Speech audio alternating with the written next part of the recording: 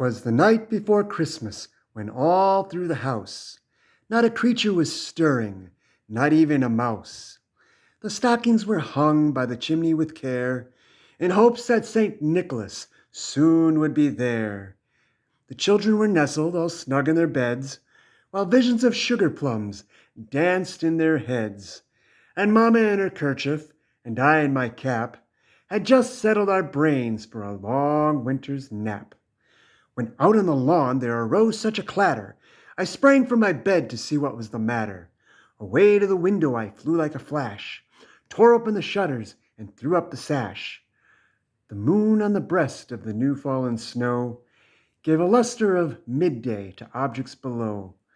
Then what to my wondering eyes should appear but a miniature sleigh and 8 tiny reindeer, with a little old driver so lively and quick, I knew in a moment it must be Saint Nick. More rapid than eagles his coursers they came, and he whistled and shouted and called them by name. Now, Dasher, now, Dancer, now, Prancer and Vixen, on Comet, on Cupid, on Donner and Blitzen, to the top of the porch, to the top of the wall, now dash away, dash away, dash away all. As dry leaves that before the wild hurricane flies, when they meet with an obstacle, mount to the sky. So up to the housetop the coursers they flew, with a sleigh full of toys, and St. Nicholas too. And then in a twinkling I heard on the roof the prancing and pawing of each little hoof. As I drew my head in and was turning around, down the chimney St. Nicholas came with a bound. He was dressed all in fur from his head to his foot, and his clothes were all tarnished with ashes and soot. A bundle of toys he had flung on his back, and he looked like a peddler just opening his pack. His eyes, how they twinkled, his dimples how merry, his cheeks were like roses, his nose like a cherry. His droll little mouth was drawn up like a bow, and the beard of his chin was as white as the snow.